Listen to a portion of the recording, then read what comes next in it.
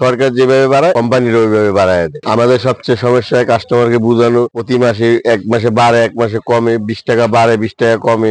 এই অবস্থার কারণে আমরা মানে কাস্টমারের কাছে বিব্রত বোধ হইতে হয়। যদি একই ভাবে থাকে 3 মাস অন্তত, তাইলেও আমরা কাস্টমারকে একটু বুঝাইতে পারি। কিন্তু এক মাসে 20 টাকা বাড়ে আবার এক মাসে 20 টাকা কমে, এতে দেখা যায় কাস্টমার আমাদের কাছে মানে বিরক্ত হয়ে যায় যে কি এরকম কালকে নিলাম আমি 1450, আজকে নিলাম আবার 1500, বা আজকে নিলাম 1500 কালকে নিলাম 1550, এরকম হইব কেন? দামটা দেখে একটু ডিফারেন্স, উনি মনে হইলো যে কয়েকদিন আগে নিলাম 50 টাকা কমে, আবার কয়েকদিন পরে 50 টাকা বেশি, এতে দেখা যায় কাস্টমার একটু মন ক্ষুণ্ণ হয়। আমাদের একটু বুঝাইতে হয়, চেষ্টা করতে হয় যে ভাই এখন আমরা কি করবো, সরকার যেভাবে বাড়ায় ওইভাবে তো আমাকে চলতে হইব, কোম্পানির আমার যেরকম নেই ওইভাবে আমরা দিতে হইব। আপনি যে সরকারের সবকিছু দিচ্ছেন তাই না? জি, সবকিছু বলতে আপনি সরকারের ব্যাগ ট্যাক্স এনারা সবকিছু দিচ্ছেন, ঠিক আছে?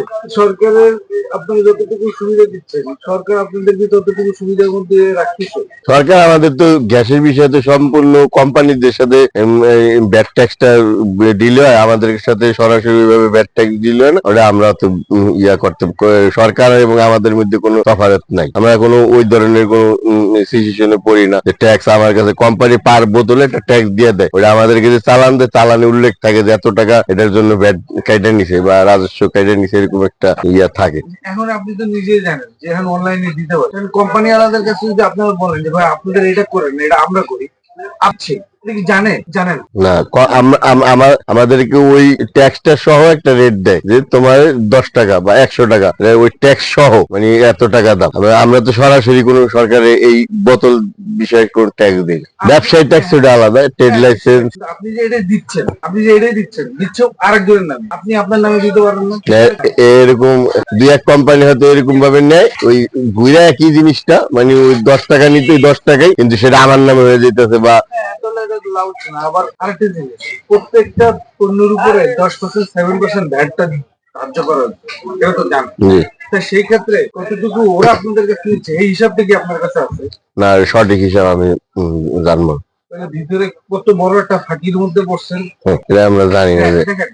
এলপি তে মনে হয় এই বাড়তি শুল্কটা এলপি তে মনে হয় নাই, বাড়তি যে শুল্কটা সরকার আরোপ করছে এটা মনে হয় এলপির আওতাভুক্ত না। আর আমার যে ব্যবসায় কোনো আওতাভুক্ত মনে হয় না, কারণ এলপি তো ওই পর্যায়ের পণ্য না। দেখেন মধ্যখানে একটা গ্যাপ বস, কনজিউমার আপনারা, কোম্পানি যারা ওরা কিন্তু এটা সুবিধা নিচ্ছে বস।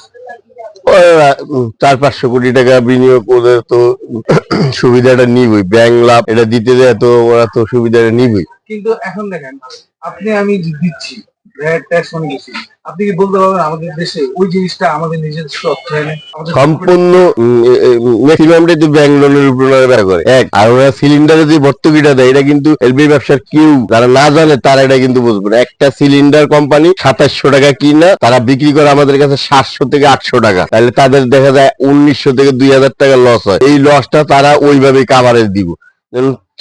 যদি আমি 10 লাখ বোতল আমি মার্কেটে ছাড়ি, 10 লক্ষ বোতলে আমার কত টাকা লস হইতেছে, ওই লসটা তারা এটার উপরে যদি 2700 সরকার এটা একটা সুযোগ দেওয়ার কারণে সরকার এটা দিচ্ছে, সরকার দেওয়ার কারণেই তারা এটা দিতে পারতেছে, নাহলে দিতে পারতো না। 2700 টাকাতে একটা বোতল কম লোকে কিনে নিব, কিনা 2700, তাহলে আমি 100 টাকা লাভ করবো। 2800 টাকা কোম্পানির উৎপাদন খরচই পড়ে 2700 টাকা একটা সিলিন্ডার, তাইলে ওনারা যদি 100 টাকা লাভ করে, আমি 100 টাকা লাভ করি বিক্রি করি, তাহলে 2800 টাকা, 2800 টাকাতে কেউ সিলিন্ডারটা কিনে নিবে না। এই জন্য তারা ভর্তুকি দিয়া মার্কেটে ঢুকতেছে, দুইটা তারা রিফিলে ওটা একটু পুষাই নিতেছে, না তো তারা টিকবো না। এই এলপি ব্যবসা টিকতেছে না। তো বড় বড় কোম্পানিরা আমরা যা ভাবতেছি যে হ্যাঁ একদম $1 বিলিয়ন নিয়ে যেতেছে, তারা ওরকম পারতেছে না। এই যে লসটা এখানে হইতেছে, আবার সিলিন্ডার ওয়েস্টেজ হয়ে যেতেছে। এই যে আমাদের সিলিন্ডার অনেকটা সমস্যা করলে ওটা আবার রিফায়ারিং বা এটা যেটা বাতিল, এটা তাদেরকে 2700 টাকা ড্যামারিছে। এই জন্য তো তারা রাজস্ব ক্ষেত্রে কিন্তু অনেক একটা সুন্দর ফাঁকির মধ্যে, এটা কি জানেন?